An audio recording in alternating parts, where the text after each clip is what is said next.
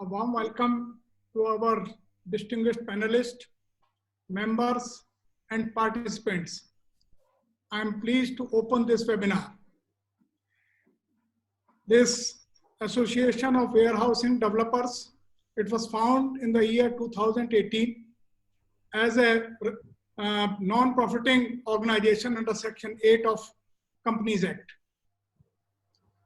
Our mission is to derive standards and share best practices within the warehousing industry.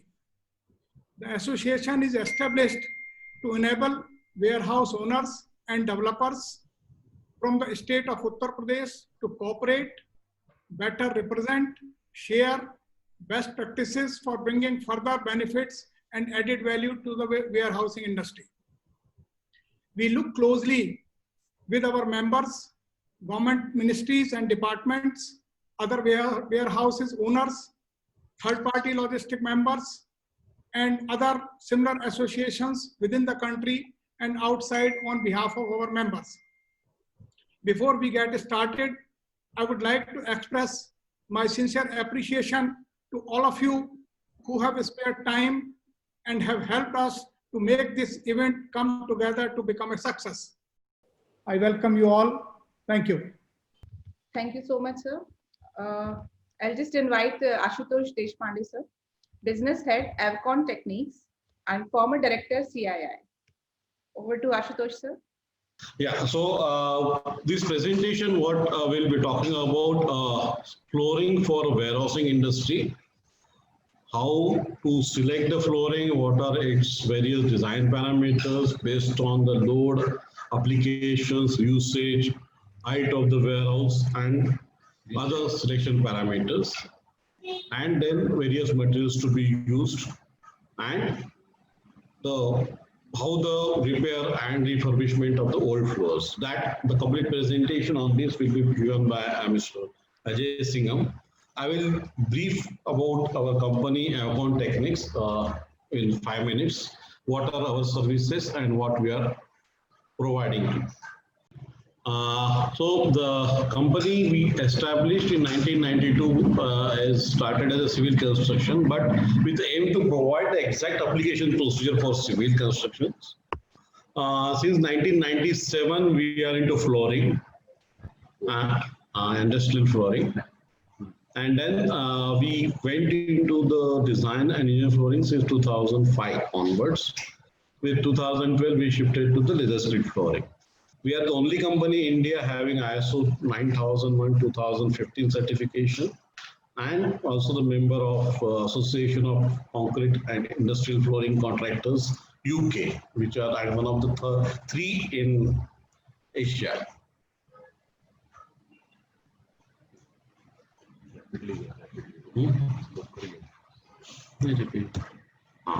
So we basically have 3 verticals where we operate. One is industrial flooring, second is rigid pavements and UTW, that is internal concrete roads, and third one is floor refurbishment and floor conditioning assessment of the old floors. We provide design and construction for rigid pavements as well as industrial flooring, which is required. We have designed, constructed truck terminals as well as interiors road for residential and commercial complexes. We also provide UTW, which is basically an existing flexible pavement, which can be strengthened with 50 to 100 mm overlay of concrete as per IRC guidelines. One more strength of Avcon is the floor strengthening and refurbishment, where we analyze the floor condition and give the perfect solution for a long-term usage. In terms of the partnership for the various products, we have partnership with RCR Flooring from Europe, where we use their Rockland surface hardness, then Armour joints from Permaban UK. There is one more product called Renault synthetic resin flooring, which is not yet introduced in India.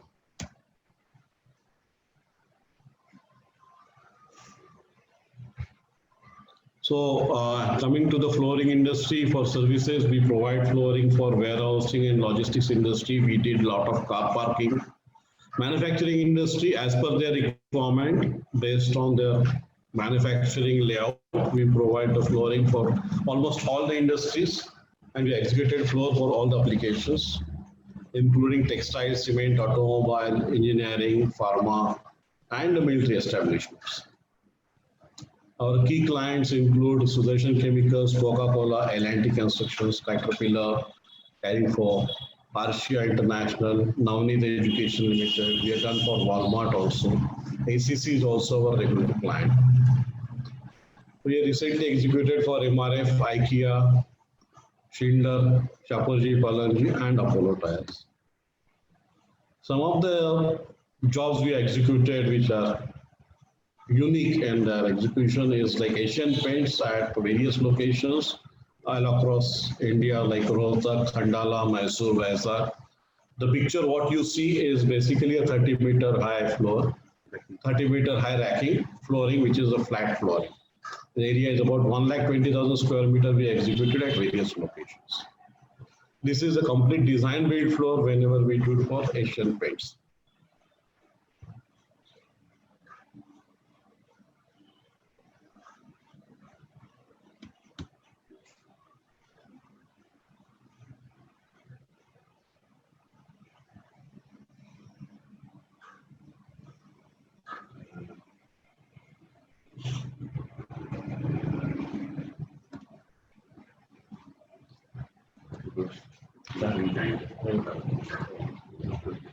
Okay. Next is the Schindler escalator plant, which is at Pune. We do. This is two types of floor we need. One is the jointless floor, and second is for VNA application for their warehouses. Here you can see the bottom picture is the signature joint, which is from Permaban, which is jerk-free joint specifically used in a VNA floors. This is Arcia International at Panvel. This floor photograph we had taken about 6 months back, and now it is almost 9 years in use. The floor is absolutely as good as new, even after 9 years, without any damages. No repair is required till date, and client is very happy with the floor. This is the one at Nagpur for Genco, which the Caterpillar mining trucks they manufacture, which is for heavy duty applications. This one is the wholesale truck terminal at Chandrapur, which is earlier ACC Chandrapur plant, about 60,000 square meter of truck parking on design build basis. This we have done, including the road and all the other facilities. Similarly, for wholesale, we did another 3 projects as truck parking and the road areas. This is for Navneet Education System, which they manufacture a lot of educational books. This floor is again with the signature joint and a dense racking system. Being a book storage system, the racking is the load on the floor is quite high. We use the signature joint because they wanted jerkless floor. This is for Central Ordnance Depot for the Agra, and one more project we executed at Jabalpur for VNA with VNA application. Macon was a consultant. Total area is around 7,000 in each place. This one for Ibro India Limited. This is for food industry specifically. Again, jointless floor with a colored black color topping and a signature joint. This floor is also on a design build basis. On the left hand side, the NDR warehousing Uran. This is the peculiar design what we did. This is on a surface, a rocky surface, so there is no steel fiber, no reinforcement steel is used. This floor is just a concrete floor because of the design requirements. One of the very first VNA floor we executed for Sudarshan Chemical Industries at Roha, which is on the right hand side. It is still in use without any, still the floor is absolutely in good condition. We also specialized in doing the deck slabs. One which is under construction, what you see is the MRF tiles. Total area is around 20,000 square meter at various levels at around 7.5 and 14 meters scale. And right one is the Space Food Furnitures Nagpur, which is 15,000 square meter, where they are also using for storage and some small light machineries. This is the Ibro kernel, what I described earlier. This is how the anthracite black color. This is a fresh on fresh topping, the polished floor. Even after 2 years of usage, you can see the same polished surface when they are regularly being cleaned. The housekeeping is good. There is no deterioration in the polished surface. This one is the Asian PPG project we did in the Hedge. This is on a design build basis. We have gone for a seamless floor here because the soil was very bad, and to support the floor and to reduce the overall thickness, we've gone for a seamless floor. This is again a colored floor with is jointed with a light gray topping. This floor is at Pokarna, Hyderabad. This is for IKEA Mumbai, shrinkage compensated screed, 100 mm screed on a structure slab with a light gray color. So what we offer as Avcon Technique is a complete conceptualization design, and we propose the best suitable floor for your applications. We offer a complete contract including supply of concrete, steel, and all other accessories. All the floors are designed based on design inputs provided by the user and the developer, so that the floor, what translates actually gives you the best solution to you. We also take the study of the soil, give the solution to the soil conditioning, soil preparation. Concrete mix design is also taken care by us, complete QA QC. So once it comes to your project as a whole, we take care of the 100% of the project requirement. So in short, what we can say is that Avcon offers a single point flooring solutions for your new floor, as well as for if any old floors are there also we can provide you a single point solution for servicing, repair, and strengthening of our existing. You can contact us on any of the number or mail us. Thank you very much for this.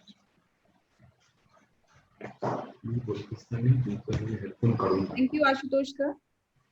Thank you. I'll take opportunity to invite Mr. Ajay Singham, who is President Industrial Flooring Association and Director Avcon Techniques Private Limited and Rockland Private Limited, RCR Group, Spain. Over to Singham sir. Very good afternoon to all. Trust you are able to hear me properly. I just started.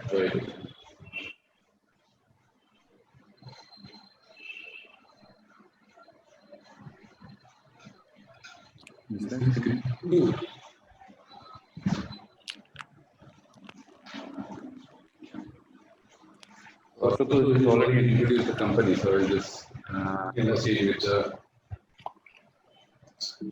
Blank color. blank. I think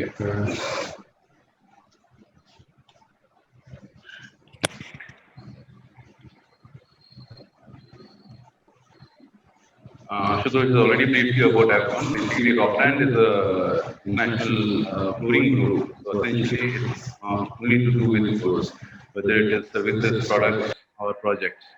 So our core business is floors, and that's what we are trying to represent here. So today's topic, as some of the topics were suggested from your end, and some of the things that we thought would be useful for you all as a developer. So I tried to put in as much information without getting too much technical. I think I'll be able to cover that in this stipulated time. So the criteria of flooring selection, type of warehousing floors, what is the surface preparation, thickness of floors, what should be the material specification. These are all in very broad terms that I will be talking about. Recommendation of suitable suppliers, best practices in maintenance of warehouse floor, restoration of old floors.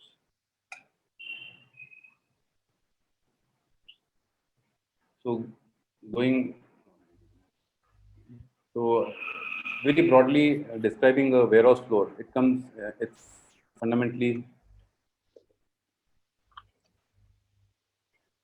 comprising of two areas, defined movement areas and the free movement areas. Defined movement is the one where you have a racking, and the other areas, which is also called marshalling areas, is the free movement area, which doesn't have the rack, or racks are of a lower height. Even the defined movement area, if the rack width, aisle widths are wide, it comes under the free movement area only.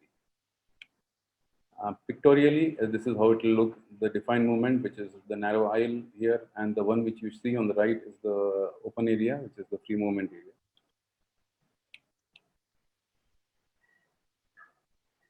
I tried to capture this in as simple language as possible.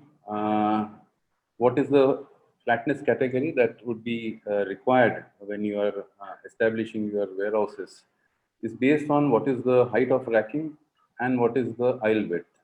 So if the racking width is and height is more than 8 meters, 9 to 11 meters, less than 8 meters is FM3, and between 8 to 13 meters is around FM2, and more than that is FM1. And most of the areas, which is the marshalling areas, you may not require that kind of flatness. Even FM3 would be good enough for you. VNA is the one which is dependent on the aisle width also, between the 1.5 to 2.5 meter width. So you will have a different category based on again the racking heights, DM1, DM2, DM3. But most of the VNA floor comes from built to suit warehouses. It's not something that leased warehouses would have. Just to give you an idea about what is the defined movement or the flat floor, DM1, DM2, DM3.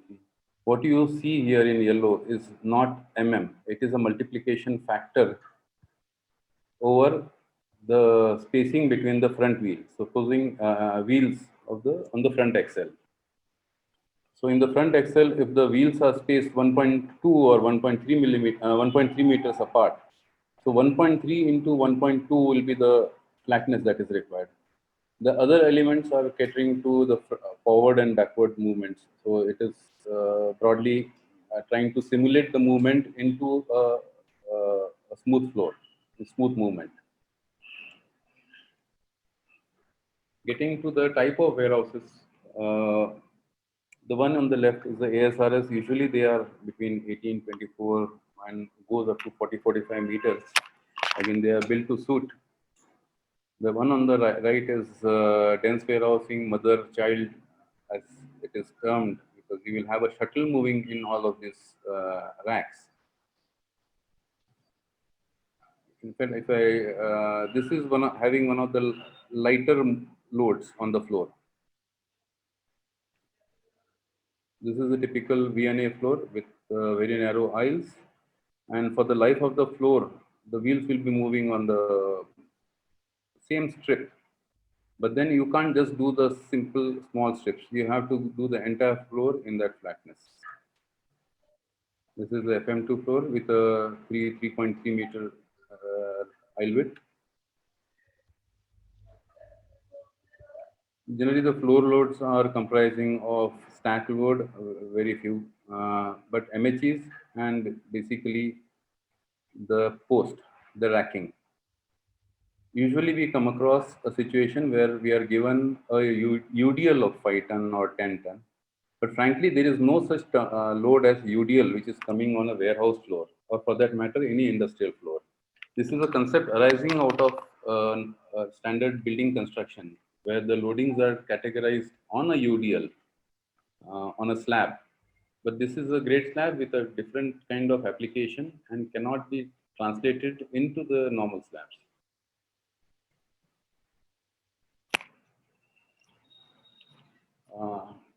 And the floors are designed for particularly 2-3 parameters. One is the load, which is in the internal panel, and second would be in the joint, and third would be in the corner.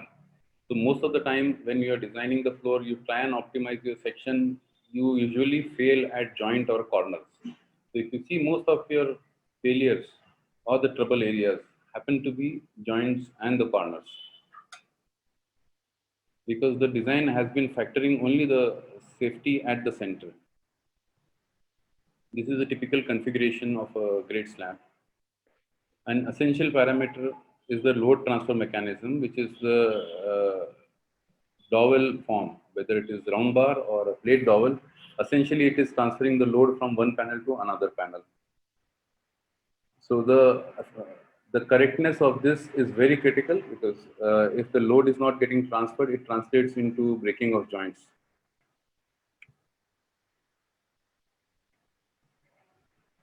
I've tried to do a simplification, but don't use this as a final statement on the thicknesses. It's just a rough guideline or rough estimation on the floor thicknesses for various applications. So for FM2, which is the most commonly demand floor, I try to configure into type of industries: food, pharma, cosmetics, etc., where the pallet loads are light. So even though the shelves are 7 to 8, the eventual post load would translate into 3 to 4 tons.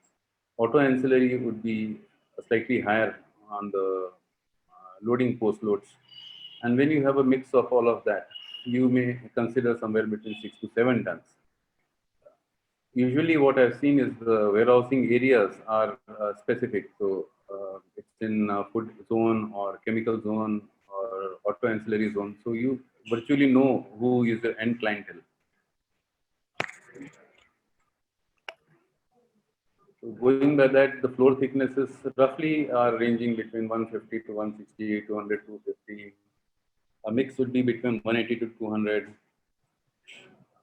FM3 as a marshalling area which doesn't have a racking, which only has a metal handling, whether it is a reach truck or a forklift, would be good enough in a 150 kind of thickness.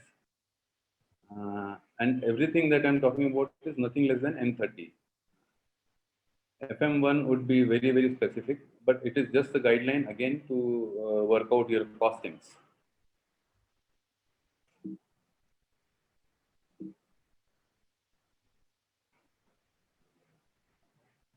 These are very specific kind of floors. ASRS will be a lot of design parameters. The design parameters in most of these cases are related to seismic compression. I'll just give you an idea of about one such project of Asian Paints. They have 30-meter ASRS in Rohtak. They have in near Pune. They have in Mysore. They have various places across India. They had different racking companies. So for the same kind of application, we had floor thicknesses which were ranging from 325 to 400 millimeters.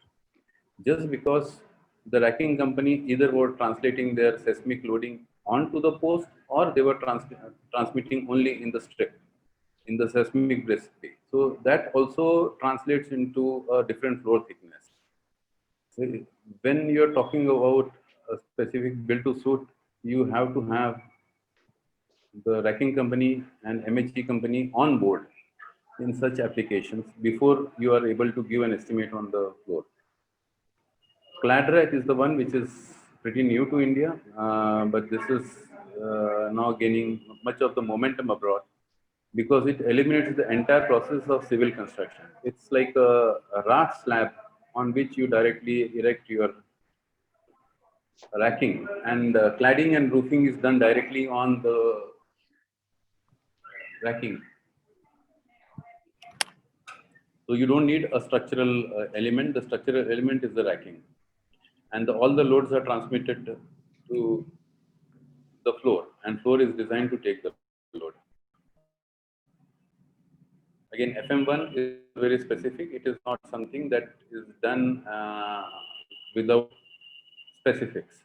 You need specifics to be for the requirements.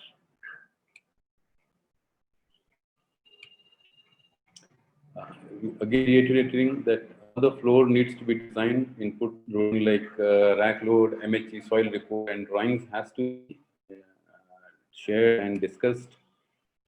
Floors can be designed with mesh reinforced or steel fiber, but when you refer a lot of those TR34, it mentions mesh, which is not our standard tied reinforcement. It is a fusion welded mesh.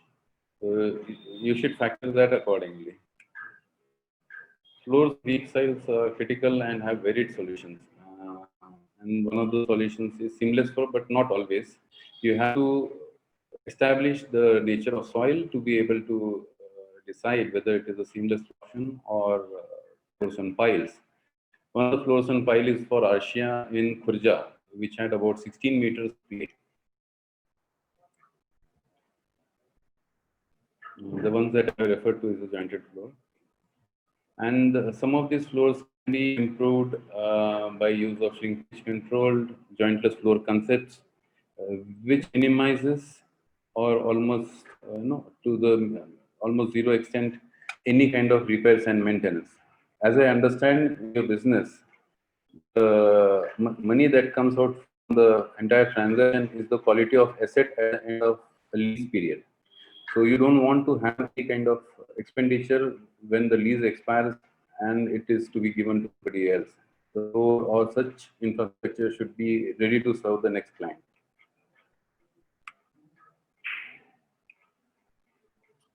Specifying floors is depend on nature of industry, soil reports, other, and what is the defect liability period. This is what I am trying to recommend or suggest to you, because most of the specifications that comes to the contractors or flooring companies is predetermined.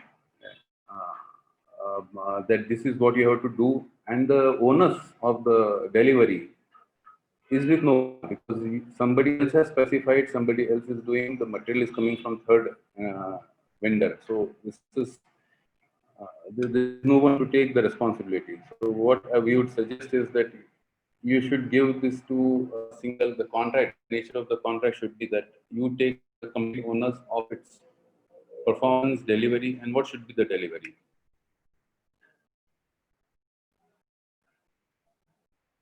Because it should better be deal with the GC, because the flooring company would not be able to put his foot down when the things are not right with the GC. Please do not specify the line item. See, basically, again, we come across a lot of this scenario that crack limitation, fiber patterning limitation, delamination. So if this is factored in the document, what is allowable, what is not allowable, it becomes easy to establish the quality of floor that you are going to eventually get. Not just going through the layers in which this whole entire process, construction of floor is done. So starting with the most critical is the grid, which is the soil. So some of the parameters that is there which needs to be established, but fundamentally you need to do two tests. One is the Proctor density test, which is not 95%, but 97, 98%. Second most important is the plate load test to establish the modulus of subgrade reaction. And it is not one test for the end warehouse, but it would be somewhere around one test per 1,000 square meter, that kind of frequency. And there is also a limit to what is the final settlement that should be allowed. You may get the modulus of subgrade reaction, but eventually the load in 1.8 times, when you load it, it should not be, the settlement should not exceed 3 meters. This is a critical parameter which is essential for the performance goals.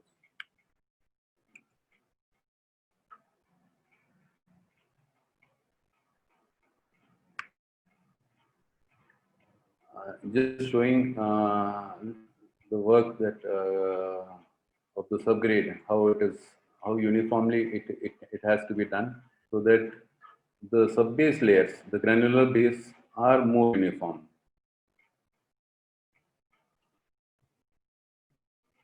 This is the PLT, what you see.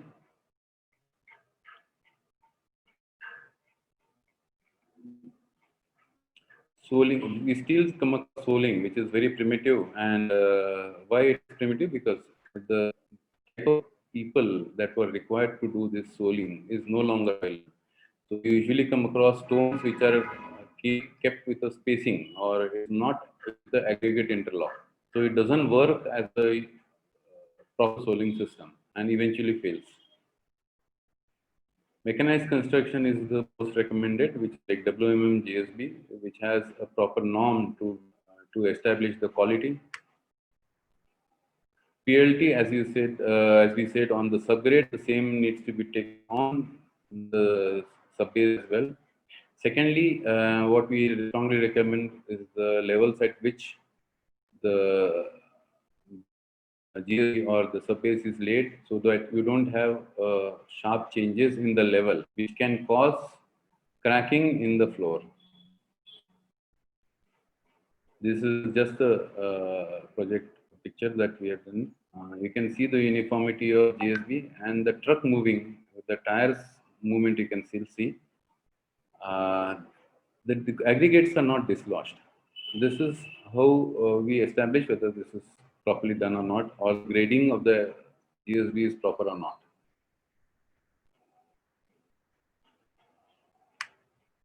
Slip membrane, although it is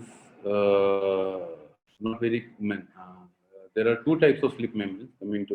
One is to allow the slab to move over the base and not get locked with the base. So the stress due to friction is not there, it's minimized. It is to reduce the subtract forces, and there is another term which is called vapor retarder. Vapor retarder is the one which is usually used in pharma industries or industries which don't want the moisture to be coming from the bottom or any materials. There are very specific kind of sheets. So when you are looking for a new format of business which is getting very popular, which is the manufactured warehouses for manufacturing industries, probably this will start coming in, because if you have a similar kind of industry, you would be needing to establish all of these parameters. Secondly, when you talk about any warehouse floors, there is a section which is the dock leveler section. This section essentially is the one which is sort of a slab with double mesh reinforcement, because the compaction around this is very poor and it is also very highly trafficked area. So this has to be separate from the main floor. And the minimum requirement is that you should have a armoring here. If you see any case reference, you will always see the armors at those places. This is usually double mesh. Let's say this is SFRC, it will still be a double mesh. It will not be SFRC. That's how the format of such constructions are. Eventually, concrete floor is a concrete. So the whole focus point should be what is concrete. What should be the property of concrete? It's flooring is just not about sending the machine, finishing it with the machine at a high speed. No, it's about what is left after all the machines have been demobilized. What you have in hand is what is the concrete floor. So if your concrete is good, if your treatment of concrete is good, the quality control is good, you are going to get a good floor. Otherwise, everything will look good at the start, but it doesn't perform the same. Although you will believe that you have used laser speed, why is it failing? It's failing because the concrete is not good. So some of the key parameters here is shrinkage, paste fraction, aggregate. These are pretty technical part of the concrete mix design. But essentially, it is the way the concrete is designed, the input materials are established, the QA/QC is established during the process of laying. That is very key.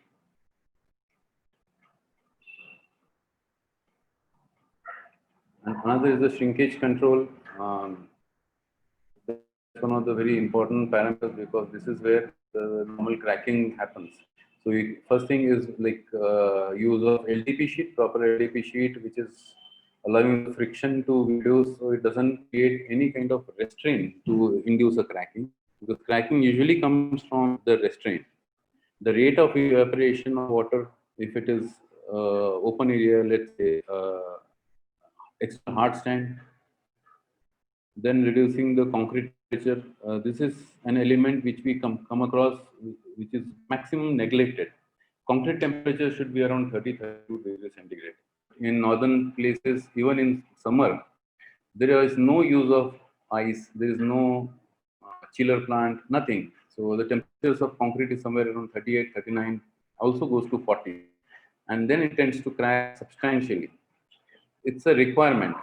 And sometimes the cost that comes along with it is a requirement. It is not an extra cost. Third most important is the placing sequence. Curing, immediate curing by application of membrane forming curing compound is a minimum that you should do. And additionally, for higher life, higher output, higher serviceability, a shrinkage control would definitely improve your quality of floor. That's how it will work. Like your concrete shrinks to this extent, contraction, the reducer you are minimum by 40-50%, and then shrinkage compensation is almost taking it to zero level.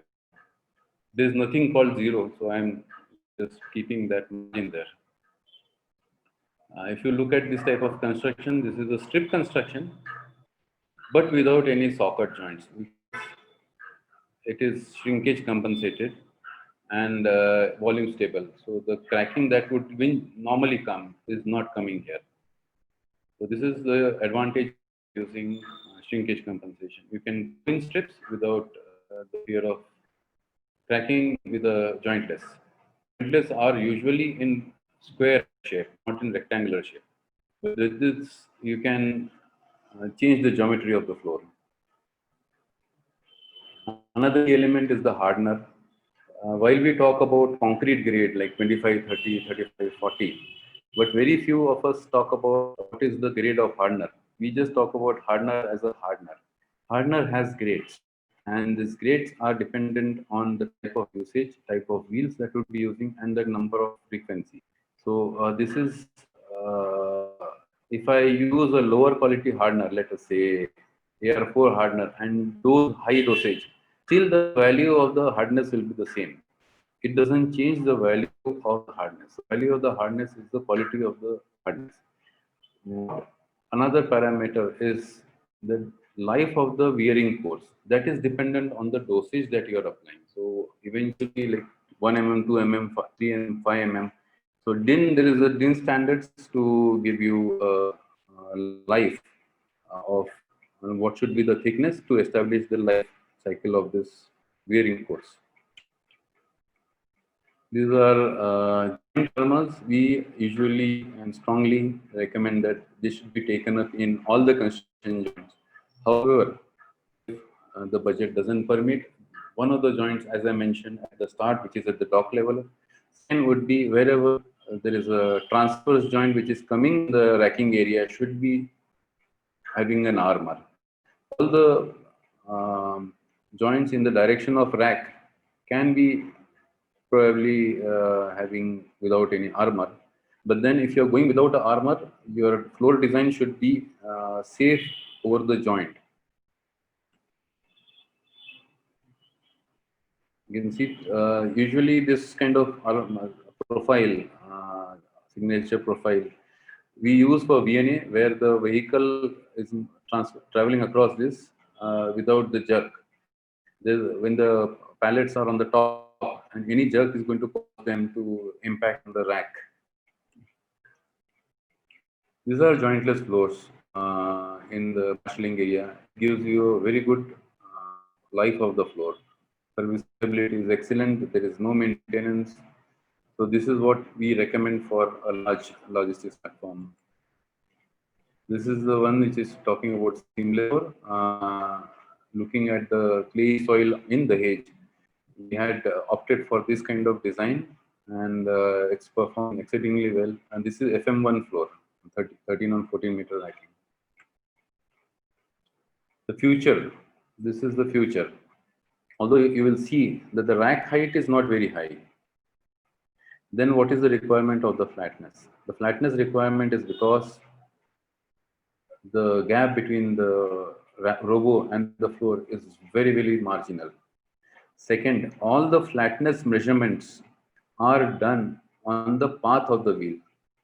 So it is the wheel or the vehicle which establishes the requirements of flatness. Here also, this is going to establish the requirements of flatness. In this kind of floors, quantum of reading would be in millions of points to establish the flatness in X and Y direction at any given slice of the floor.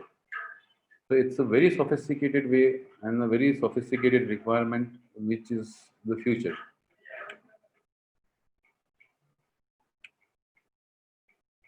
This is what I was talking about, the clad racks. For some of the projects that we have quoted, this clad rack has come out almost like 15 to 20% economical than a conventional complete structure, whether it is a structure with floor and rack as compared to a clad rack floor with the floor and the cladding and the roofing and the sheeting. All put together, there is an overall saving of about 20%. Now, moving on to the defects. Some of the standard defects are creasing cracks, erosion of top surface, surface lamination, curling, warping, cracks, structural, non-structural, joint edges, floor settlement. These also we are coming across a lot. And inadequate floor capacity.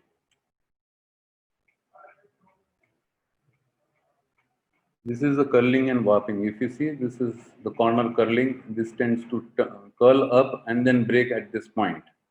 This is the standard problem if differential shrinkages are very high water content in concrete, in-situ curing, thin slabs, large spacings. Dewatering system is one of the key reasons for most of the floor distress in the modern floors. Can be treated. It is a full elaborate for this by grouting or full depth repair, depending on the extent of damage that you would be having in these curled areas. This is also a common defect that we come across a lot of warehouses. So, what is it is fundamentally weak top surface, which is very brittle, which again is a process in a dewatering system. Second is the extent of use of fly ash and the concrete quality, the pure, a lot many things which can result in this kind of top surface. This is due to the base failure. It's not compacted to the right degree, so there is a settlement. This is a normal shrinkage crack which can be treated by grouting without any problem. Usually a crack with 0.8 millimeter doesn't need any kind of treatment. But if there is an aesthetic issue, you can treat it by just grouting it. None of the crack needs to be opened with a grinder. It has just to be filled up by the fillers, which are viscosity and having a very good binder effect.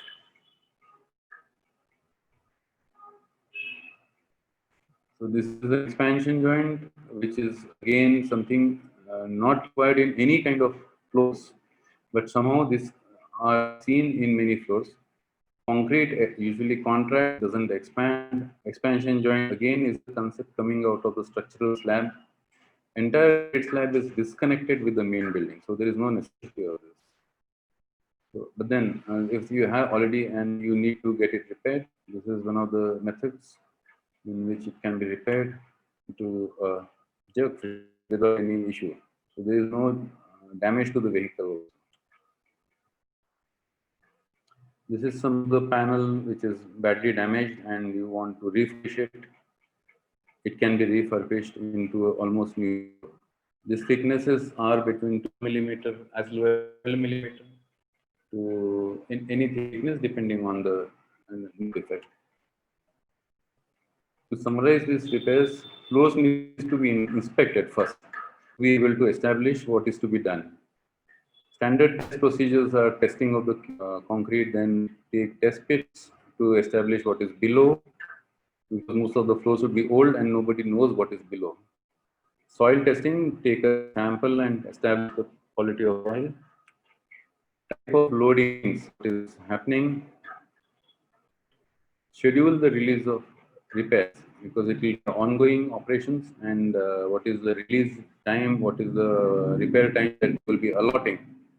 Based on that, you select the materials, the fast setting or high release time.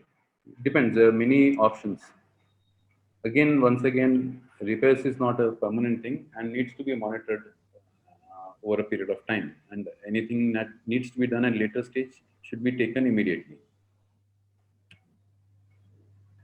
Thank you. Thank you, Singham sir, for such a vast knowledge. And next, I would like to invite Mr. B. Bhaskaran. He's India Sales Head, Rockland Private Limited, RCR Group, Spain.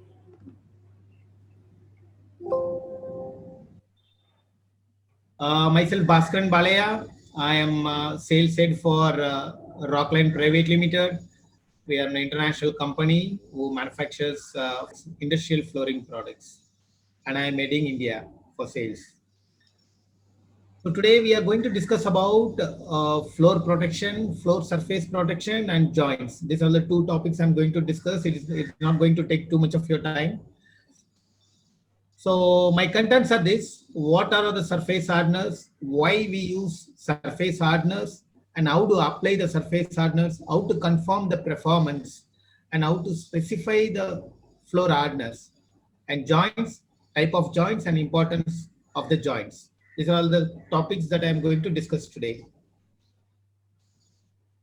What's a surface hardener is basically called as? A surface hardener is a cementitious product which is getting monolithically bonded with the concrete floor to give a surface protection for your floors, especially for the abrasion resistance.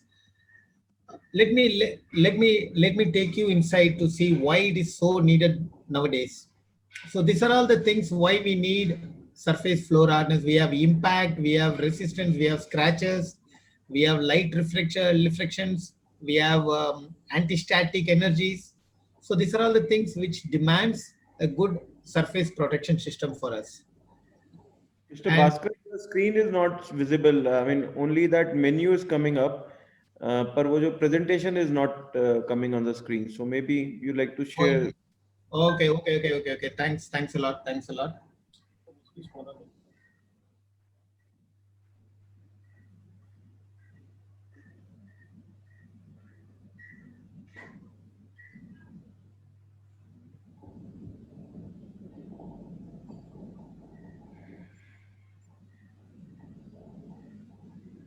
Why?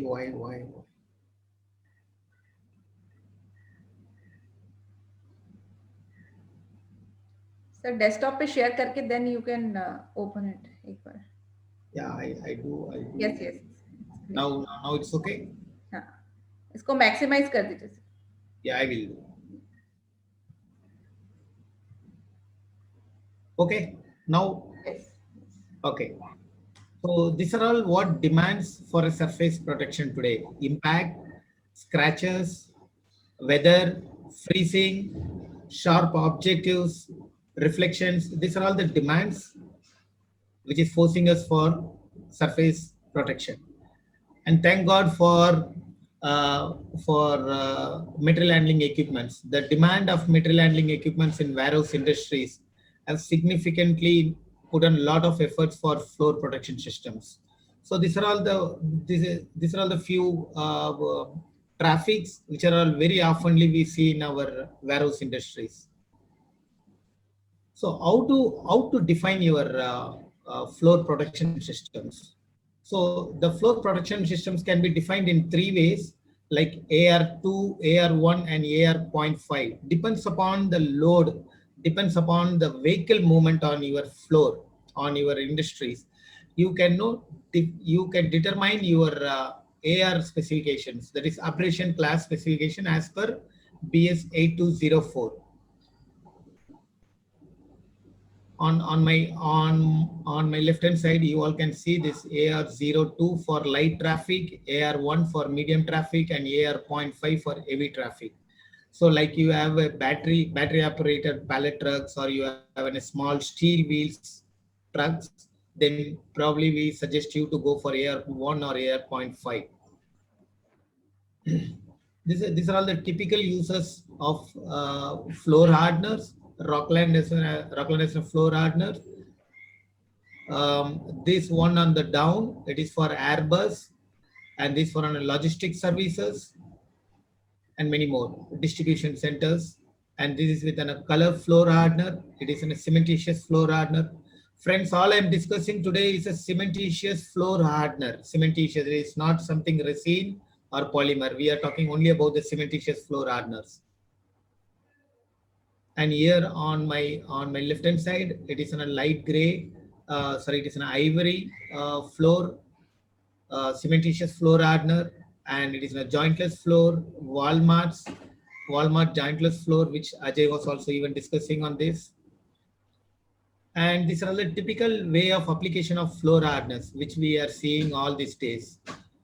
Okay, the typical way which we are doing now is manually spreading, which the maximum it will take 3 to 4 kgs per square meter, between 3 to 4 kgs, something we are talking about 1.5 to 2 mm of topping. And whereas when we use a semi-mechanical floor dispenser, probably 4 to 5 kg is the maximum that what we can build on the surface. And now what we suggest today, you can build something up to 4 to 5 mm of thickness over top of your floor. That is, we use fresh on fresh systems. That means we pre-mix the concrete, we pre-mix the hardener as a slurry, and then we pour in the floor. Now this will get monolithically bonded with your concrete. This is a wet concrete. The guy is standing on a concrete which is 2 hours, 2.5 hours of placement.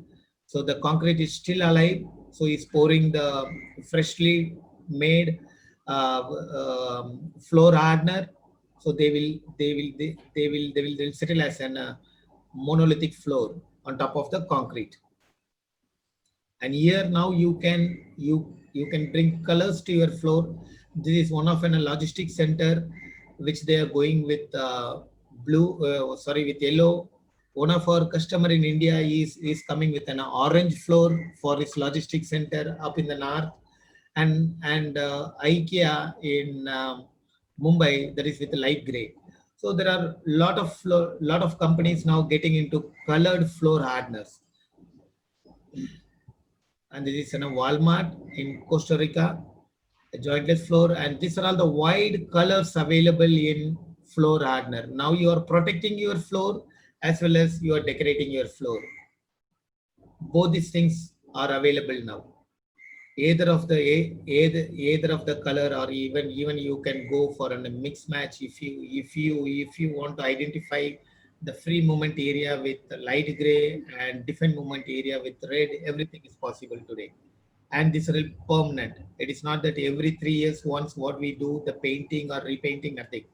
It is going to be embedded along with your concrete. So it is a monolithic floor. No need to replacement or do anything. Probably after 3-4 years, you can now polish it once again. These are all our customers, few of our customers which we have now shown for you guys.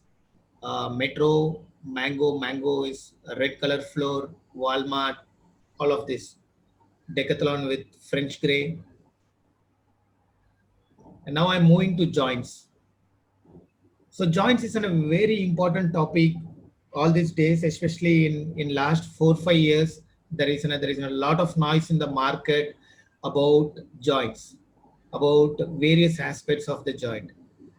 Any developer will be very happy to see a jointless floor, because joints is a very big headache for them. They always love to have a jointless floor. But due to construction constraints, jointless floor is quite challengeable for us. It is possible. It is not that it is out of the box. It is possible, but it is going to take more money and more charges to build that. Why we are talking about joints very oftenly nowadays? Only because of these guys: tires, hard wheels, metal handling equipments. They have become the center of the topic to discuss about the joints today. And now we are going to discuss more about the armored joints, which are all very important things, because all these days we have seen the control joints, construction joints, expansion joints. Ajay have already discussed about it, the different joints and other things. Now I'm going to discuss more about the armored joints, different types of armored joints, the limitations, the advantages, the load transfer system. These are all the topics which I'm going to talk on. This is an armored joint. This on my left hand side is an armored joint with an expansion pad on this. So when you are a consultant or you are a structural person is very keen that you need to have an expansion pad. This is a joint with expansion pads. You no need to put any polypropylene sheet in between to do this. This is a prefixed one, expansion joint, and this is a very common joint in the industry. Most of you guys were aware about this. This is alpha joint, alpha universal. This is adjustable. You can adjust your joint between 150 to 200 mm of floor thickness. So what is this armored joint is going to do? They basically play three important roles. Number one, they work as a formwork. So you are doing an exact formwork, no deviation into the sizes or dimensions. You are going to have a correct specified formwork. And number two is a load transfer. You can see the dowels. The dowels used to come along with the joints. This is going to act as a load transfer from floor A to floor B. And number three is the important one, the edge protection. It's going to get protected your edges because of the wheels. As I told, these wheels are going to damage your edges. So you need to have a protection to protect your edges. And as I told, this is all in one. These joints are called all in one. You use as a formwork, as a load transfer, as an edge protector, whatever you call it. So demand and logistics warehouse today, as we were told about, the most of the demands are because of the MHEs and 24/7 work hours. These are all the biggest demands now in the flow in the warehouse industries. To cater this, a engineered floor joints is more appropriate to use it rather than using local joints or without a joints. This is a limitation of a straight joints. Straight joints has some limitations for you. You can see this. These are all local made joints, and these are straight joints. Due to heavy traffic movement, they all got damaged. Now this damages is going to be really going to cost more for your wheels rather than without any joints. So while choosing your joints, it is very important that how your joints is being manufactured and who is manufactured the joints. They are all as per the specifications, as per the marks. That's how we need to select our joints. And this is a display to face joints, or we can or called as an impact-free joint. If you have a very intensive traffic going to run on this face, when Ajay was telling about between a free movement to a defined movement area, where your traffic is specified and it's going to be on the same axle. So at that juncture, you can use this impact-free joints. You will have a 0% jerk on the wheels. So this how when the concrete shrinks, this how they will open up. This how will be like an impact-free. Impact-free means impact-free joints. So this you can see this is a straight joint. You can see the roll is jumping here, and here the roller is just rolling on top of it without any jerk.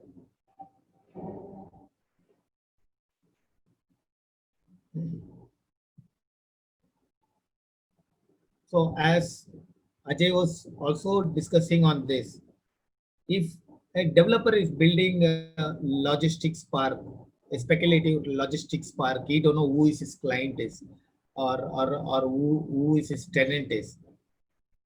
Which will be the best place for him to protect the floor is to isolate the dock leveler from the mother slab. This is one of the important area. Most of the places in most of the warehouses which we witnessed, the cracks develops from this dock leveler and it travels all the way to the middle of the floor.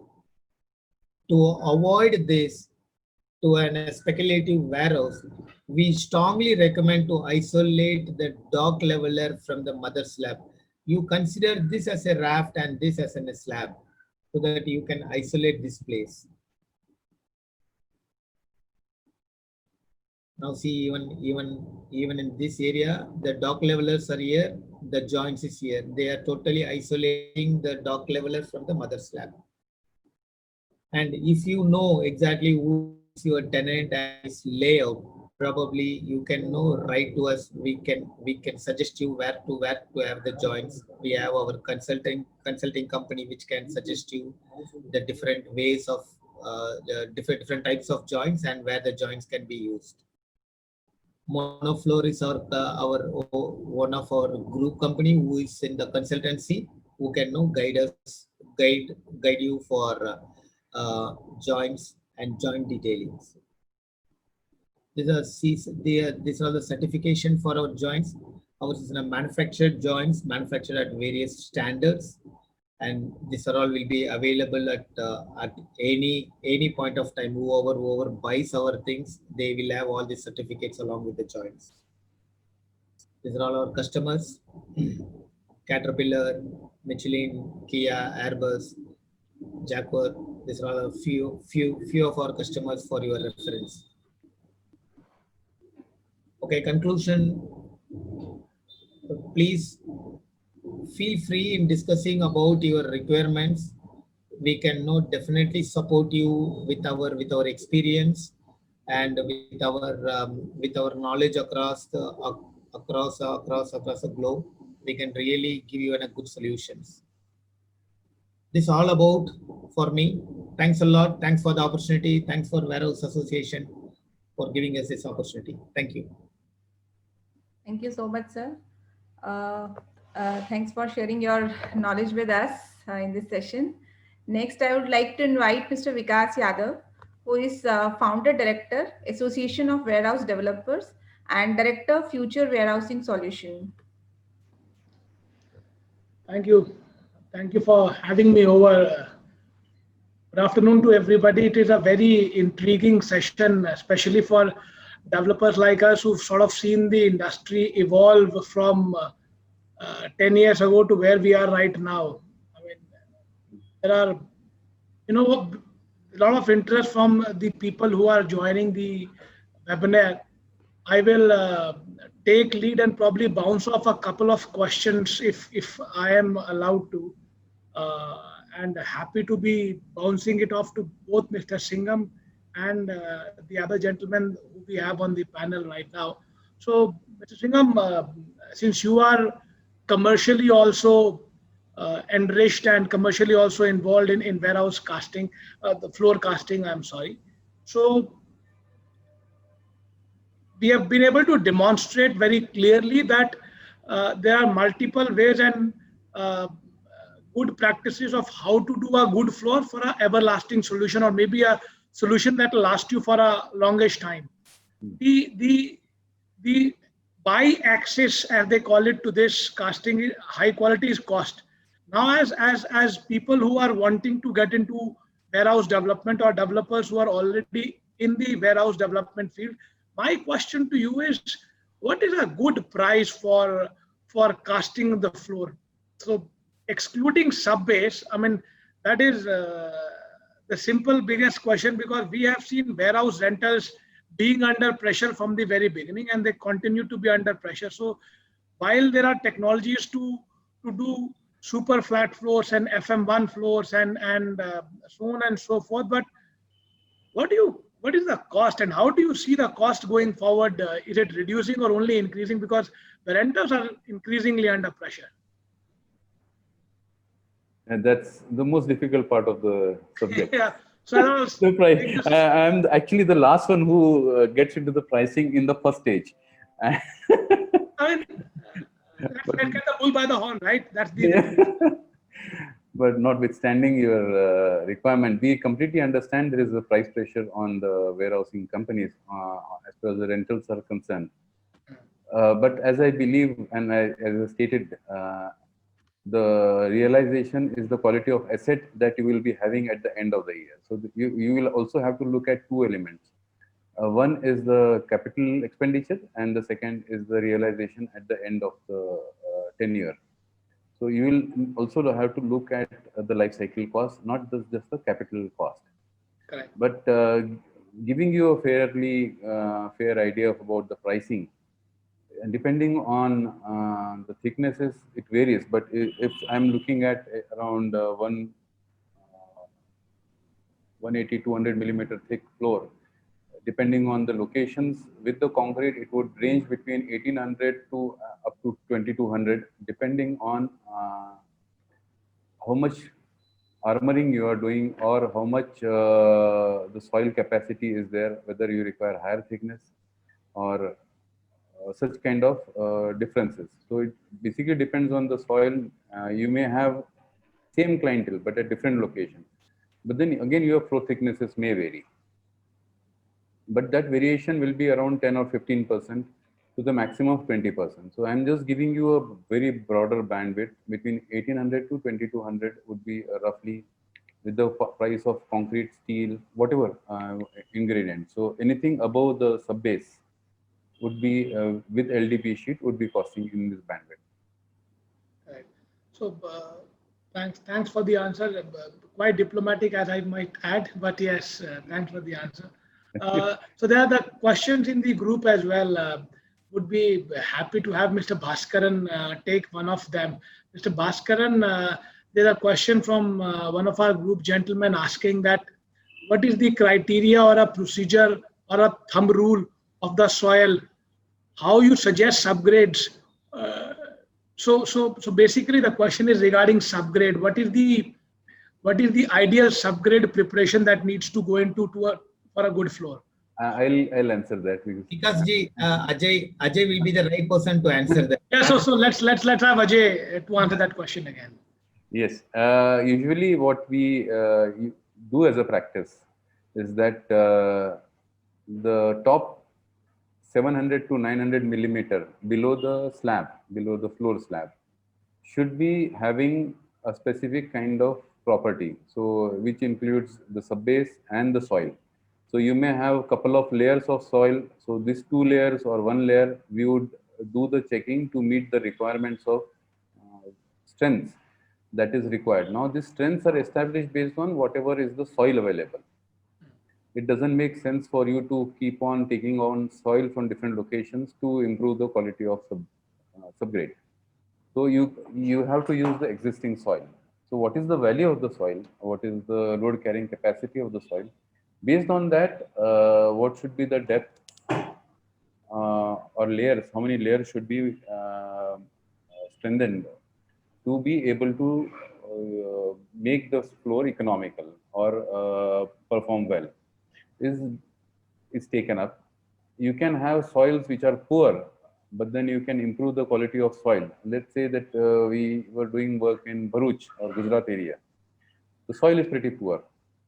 So we have improved the property of soil by mixing it with class C fly ash, which is abundantly available there. Not the fly ash we use in concrete. It's a different fly ash grade, and you can mix it at site and roll it. You get a good value. So without a substantial cost, fly ash doesn't come at any cost. So it's very marginal cost. But then your overall costing has come down. Your soil has improved in value, and you are able to design a floor at the optimum thickness. So soil is something that varies from place to place. So somewhere you can do improvement, somewhere the soil is good. Like in one of the project, Ashutosh mentioned that we had rocky surface. So we did directly over that surface, and we didn't need any kind of reinforcement per se. So it's even Schindler in Chakan we have done, which is on the soil. It's a heavy, it's a super flat floor. So there also we have done. It's not about the what is coming. It is how the base is and how you are designing it. So that will basically establish. And the granular base is something that you establish based on the quality of soil. The soil is poor quality, you may require to build up the sections on sub-base to make it more economical, or the spread of the weight on the soil is more. So as you go in thicknesses, the weight that is coming on the soil will be on a larger platform, and the weaker soils can then take the load. That's how the approach is when we talk about soil. Just I'm able to answer this. I think it's good insight. Whatever you're answering are fair insights and fair pointers. As an association, we can only have pointers. The micro issues probably cannot be answered. Yeah, these are all case-to-case specifics. Yes, of course. So one question I was specifically prompted to ask today in the conference, even though it is a micro question, but I'll still go ahead and ask. So what can be the possible reason that you do a floor, let's say a 100,000 square meter floor, or maybe 100,000 square feet floor that you do? Everything is same. Half of the floor starts to rust or dusting, as it says, it's coming out of it, and half of it still remains intact. When it's being casted by the same team, the raw material input is the same. So can you possibly, out of your experience, tell us that a same floor in a same warehouse, does it behave differently, and if so, why does it behave differently, different patches? Yes, it behaves differently because the input materials which is coming in RMC plant, if you are not regularly monitoring, very regularly, because you have done your mix design with a certain kind of input of a material which was available at the point when you started the work. Now the material which is coming at the later date may be varying. So if you're not continuously monitoring the quality of input material and adjusting your mixes, as we do in all the projects, there are virtually adjustments happening every second day or third day or fourth day, or maybe even in cases like in monsoon, you may have a lot of moisture in the stack of material and you have not done the correction. There are times when you are using a kind of plasticizer which keeps on bleeding over a longer span. For instance, like naphtha would tend to bleed more as compared to PC based. So the bleeding will allow all the, or force all the paste material to come on the top, which you will finish it eventually, but the surface is weak. So it's all about the property of concrete, which is coming on day-to-day and hour-to-hour basis. So this is something that you need to monitor. It's not something that because a mix design is given and the RMC person is going to mix it, you have got the right concrete. No, that's the differentiating factor. I think we have time for a last couple of questions. We have one of our associate members wanting you and happy to bounce it off to any of you, Mr. Singham or Mr. Bhaskaran, happy any of you to take it. How do you draw a comparison between a steel fiber reinforcement versus bar reinforcement? What's your recommendation? I would be happy for both of you to address it separately as well. What's your recommendation between the two? How do you draw a comparison? Like I said, the design can be with reinforcement or with steel fiber. You have to factor all the elements right in terms of where the capacity at the joint is, corner is, and both will perform equally well, very frankly. The difference between the two systems is with the steel fiber, you are able to pull it off faster, one, because you have one agency less, and reinforcement needs to be properly having a cover block. That is something, if a GC is doing, he is not actually very sincere about that. So your cover blocks may be required at 600 millimeter. So when all the team is standing on the reinforcement mesh should not buckle. The point that I made there was a fusion welded mesh reinforcement. That's the difference, because most of the designs that is coming from UK or abroad is based on the fusion welded mesh reinforcement. They have a very good capacity to stand in place as compared to the tied reinforcement. So if you are using a tied reinforcement, you will have to do with a lot of supports and other things. So that is one of the deterrents when we are talking about the reinforced floor. And reinforcement is usually or should be only in the bottom, not at the top. We also come across a lot of floors where the designer has put a reinforcement at the top. That's absolutely no, because you are not allowing the joints to move, and the restraint is going to cause you a lot of cracking. So, I think I'll take one last question now.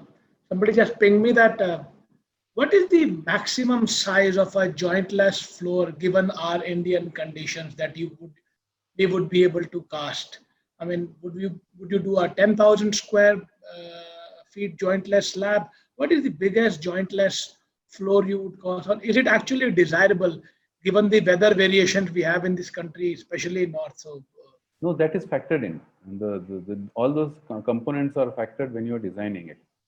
And the spans are already taken into consideration in design. So you can go 1200 square meter also, 1500 square meter also. See, in India, we are limited by the supply of concrete within the stipulated period of time. It's nothing to do with the size of it. Abroad, they have gone much higher, but here also 1200 max, I think, is feasible if you have a very good supply.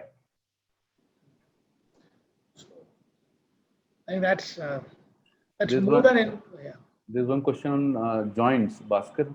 You have seen on the chat. Yeah, no. Mr. Bhaskar, there's a question which is targeted at you, which says, yeah. Can you see that, please? Yeah, of course. So I would like you to take that question for us. Yeah, I will. So you have mentioned there will be no jerk when you are using armored joints for the traffic movement. After installing armored joints, the traffic movement is changed because client changes the position, some in the traffic. Okay, let me answer this, sir. So as I told, if you are a developer, you are developing a speculative warehouse without knowing who is your tenant.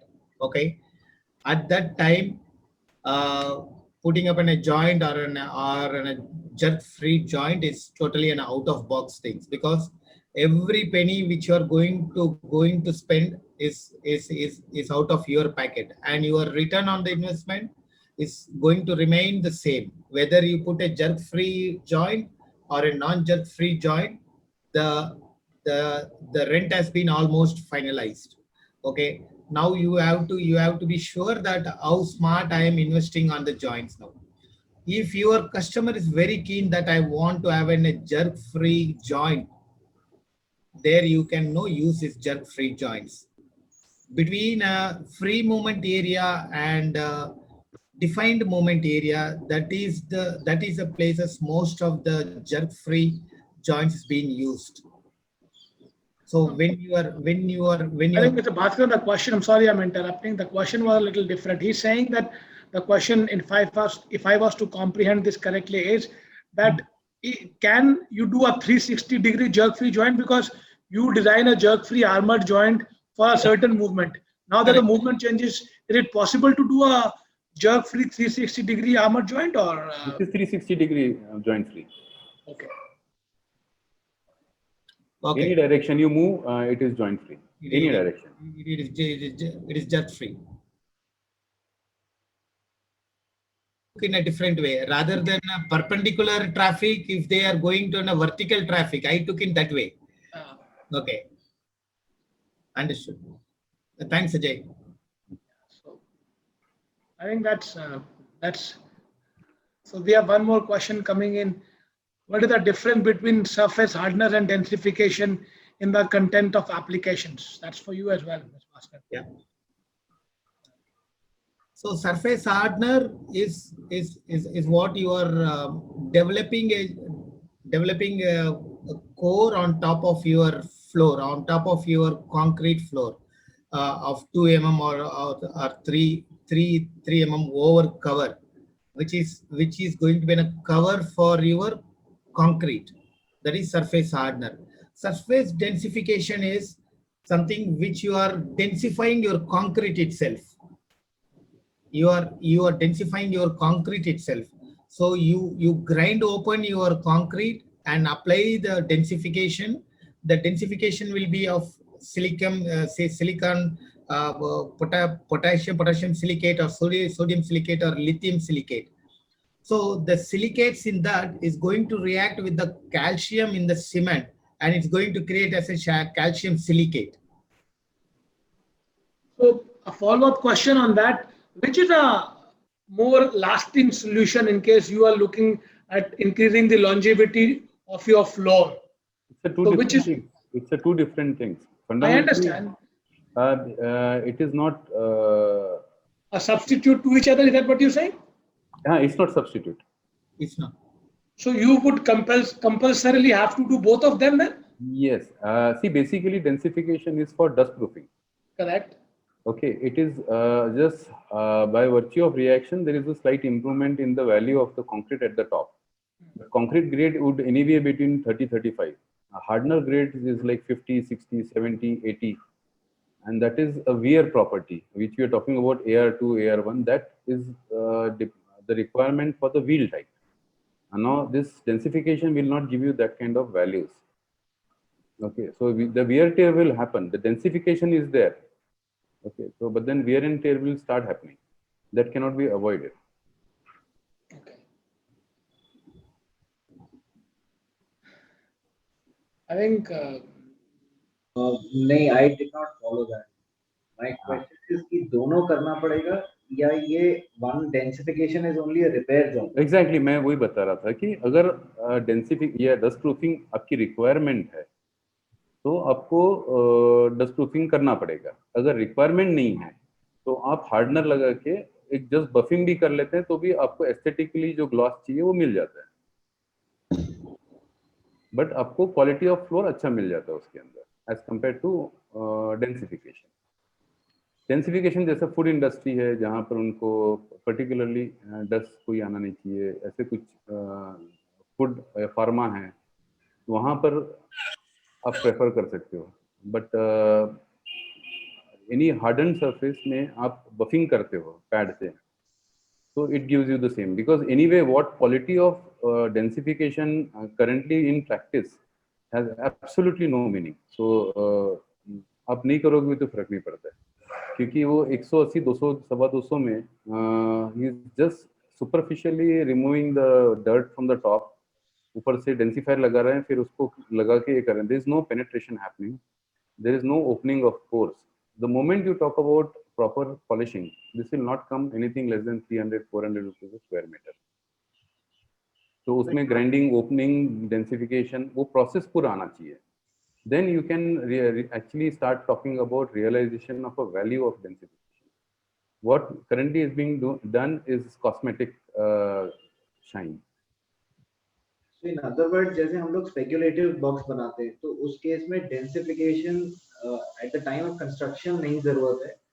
नहीं जरूरत है, बिल्कुल जरूरत है. Repair होएगा तब जब वो ऊपर में डस्ट का प्रॉब्लम आता है then we can look into densification. Yes, yes. अगर आपको जब भी हैंडओवर करना है तभी भी आप उसको क्लीन करके बफ करके भेज आपने दे दिया तो भी it is a good enough. There are some products which you can use as a cleaner and just giving you a sheen which is a negligible cost. अगर वो client है particularly who asks for a densification then you can add that up. So what would be a reference cost for cleaning and buffing? Hardly anything. अगर आप बोलोगे तो 30-40 rupees, 40-50 rupees, depending on कैसा किसको लगाना है स्क्वायर मीटर पे. 3 रुपए 4 रुपए स्क्वायर फुट. बस इसको तो सिर्फ क्लीन करके देना है ना. उसको क्लीनिंग में लिक्विड डालते हैं वो एक आरओटी में पैड लगा के क्लीन करके देंगे आपको. उसमें ज़्यादा खर्चा नहीं आता है. या आपका जो हाउसकीपिंग का जो मशीन होता है उसमें भी आप करते हैं तो भी उसमें हो जाता है. Okay. Got it. So there's one more question coming in. I think it's only getting more interesting. I would like to ask a question. Yeah, please go ahead. Ajay, my question is focused on what you have said and what Mr. Bhaskaran has said. You see, you are a pioneer in the field of concrete flooring. You are doing wonderful job for the upgradation of this technique. All the same, we as warehouse developers are not at that level of the technique you are talking about. We are at mid-level segment, and our requirements are also, as Mr. Bhaskaran has rightly pointed out, we do not know who our client would be, what our requirement tomorrow is going to be.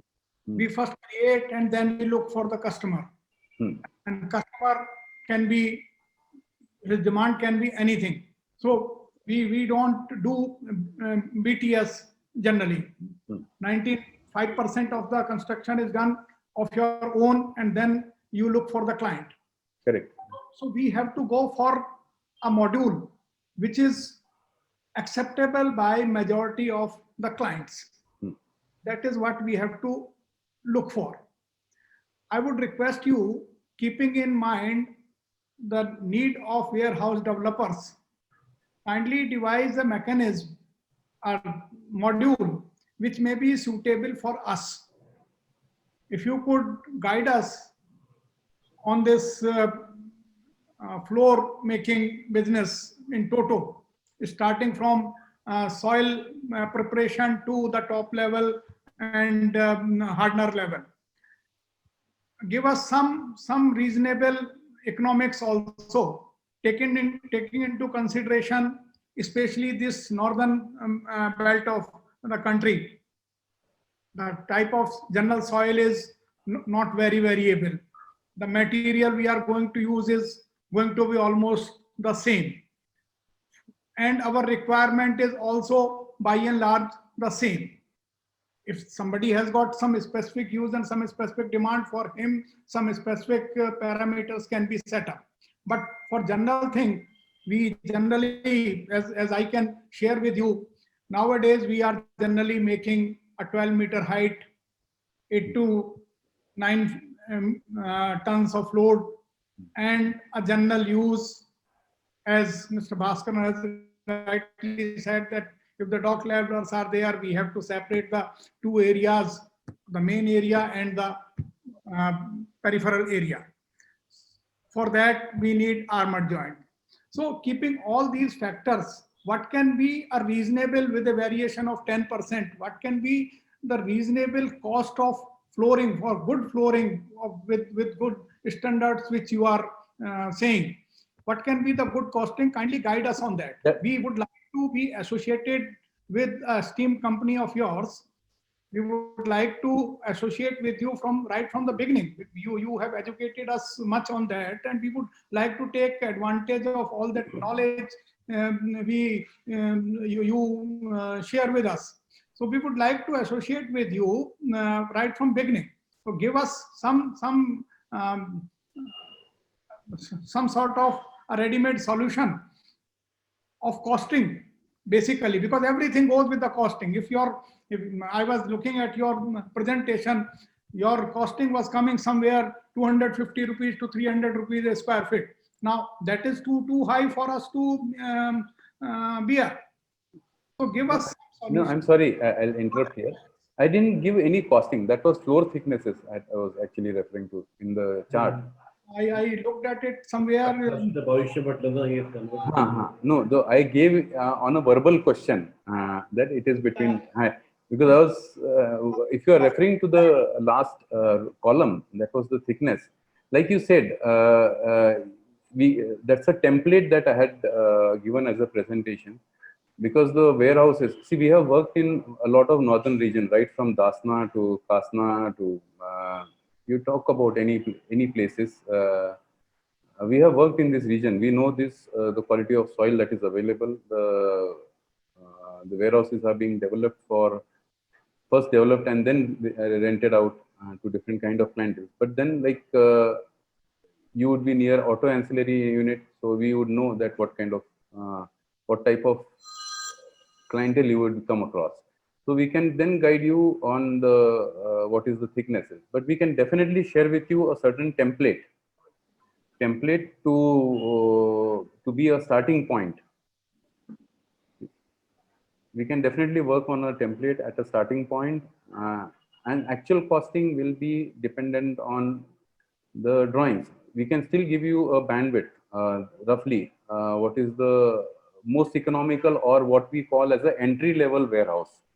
So this is the entry level specification below which if you ask me for 20 million square meter, I will not walk in. So there is a minimum entry level specification which we would look at. So that, and then what is the next best solution and what is the top end solution. We can give you a 3 kind of stage. So, Mr. Singham, the beauty of business lies in innovation, as the saying goes. So, I think what Mr. Indravir is trying to say is that there is cake on the table. It's for you guys to decide the technology to go come and have that cake. We will work on that. We will work on that. There's a lot of business at stake that needs to be addressed. Yeah. Yes, of course. There's a lot of business at stake for you, for us, and definitely we would like to be joining hands with you in the different regions that you are operating, and give you a quality floor for which we have been associated with. Vikas ji, we have been talking for, I believe, I think forever, I guess. Yeah, forever. I saw your name and I said, okay. Once again. It's been a while, yes. So hopefully we will be able to join hands at some near future, and we can offer whatever is there with us. And as you said, we bring in a lot of engineering when we talk about solutions. Like I said, in one of the projects in Gujarat, where they were talking about ASRS, now we gave them a solution which is 20% cheaper. It's not just item rate cost, it is the overall solutions that we are talking about. So overall solutions can become effective, can be very economical. Once we know we're on board, we can give you okay, this is it, this is the kind of clientele, this is your height. What we can do, work on this parameter in this way, we can work on this parameter in this way. You can define your floor in this way when the person is taking on lease. These are the loads that he can put, he cannot put. All those things we can guide you, and then when you are dealing with your own clientele, you know exactly what you are offering with what are the benefits. I think there's a lot of merit that is coming out of the conversation that we are having today. So, I think going forward, let's devise a mechanism to try and close this. I think we've been able to address most of the questions that have come to us. So I would like to hand it over to Sapna now to take the conference to a logical conclusion. So over to you, Sapna. Thanks for chatting, Mr. Ajay. Thank you so much. Thank you so much. Thank you. Pleasure's mine. Thank you so much, sir. Next, I would like to invite Amit, sir, for closing remarks and vote of thanks. He's founder director of Association of Warehouse Developers and director of Om Kiran Logistics Park. Over to Amit, sir. Thank you, Sapna. It's a really, really enriching session. I mean, it's so gripping. I did not realize how we overshot the time almost by 30 minutes. I know. I was telling before this seminar that Sapna, it will be very enriching, and in fact, I can see lots of questions which we witnessed, and there is nothing much I can add. I mean, we are fortunate to have you as speaker, Mr. Singham, Mr. Bhaskaran. So, I mean, it's a really interesting webinar that we had.